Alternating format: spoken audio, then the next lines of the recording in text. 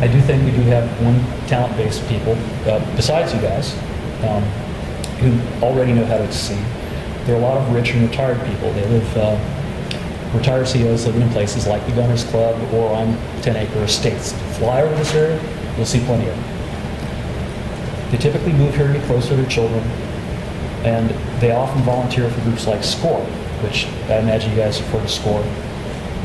They volunteer to help advise companies, but they're not actually running the companies. And very few startups that I've run across take advantage of their service.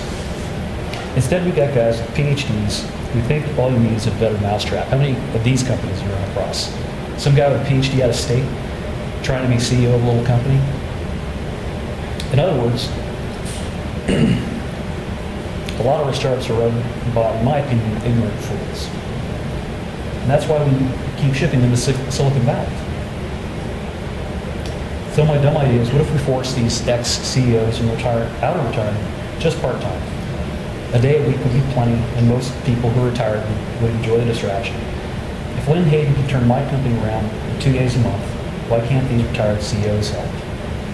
Running a small company just isn't a full-time job. You just need somebody with good business sense. Anyway, I think we should take these geeks running the little companies here who think a PhD is qualification enough for running a company, and push them out and put these experienced CEOs to work until we can attract and keep that kind of talent. I think the guys who know how to succeed, I think we'll keep innovating, but Silicon Valley will keep benefiting, and we'll keep shipping jobs to them. So, anyway, that's my shtick.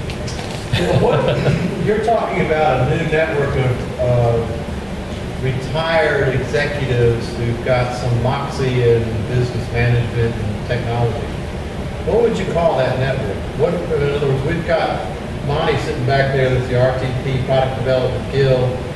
I've got Greg Fawcett, who's the RTP Entrepreneur Sales and Marketing. What would you call that group? I'd call them CEOs.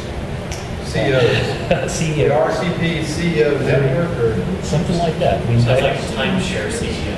Well,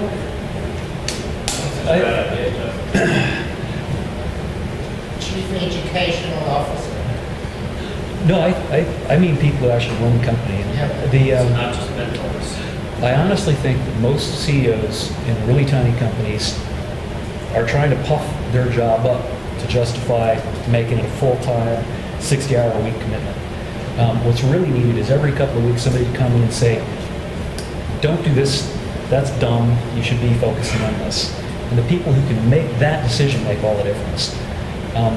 So have a CEO, maybe who's retired, maybe you give them stock instead of pay, so you don't need the liquidity that you're talking about. Somebody who knows how to make startups succeed. This place does innovate, and I know this is called the Innovation Forum, but the one thing I think we do extraordinarily well is innovation. I think where we fall apart is in capitalizing on that innovation. And I honestly believe that's because we lack the experience to capitalize on that innovation. We ship those people to Silicon Valley, they get rich, they retire in Florida, but they're not here. I mean, you guys are here, but... Bill, let me ask you a question. Monty's business model, Monty's network, the RTP Product Development Guild, is a private, for-profit entity that is a collaboration of professional design companies.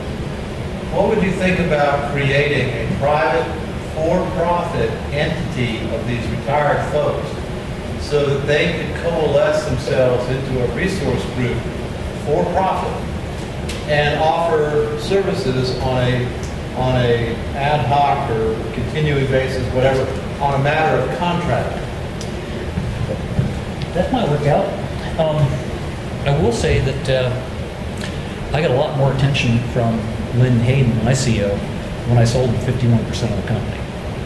And he was involved as an investor for a couple of years, and he didn't do anything. Didn't bother investing any of his time or energy or care, I thought. Then I sold him 51% of the company. He took over as CEO, and that changed everything. So if I were doing another startup here, I wouldn't just want charity work or pay some guy part-time for his advice. I'd really like him guiding the company, being in charge. I mean, maybe a chairman of the board rather than the CEO, but somebody who actually has the power to tell a company what to do when you've got geeks like me who naturally think they know how to do everything, but haven't done it before. Well, they have a stake in the company too, because if they don't have a stake in the company, they're just another consulting company to tell you what you did wrong. Right. The fact that they own a little bit of it, they're making a decision to help their member too. And the threshold for Lynn Hayden was control.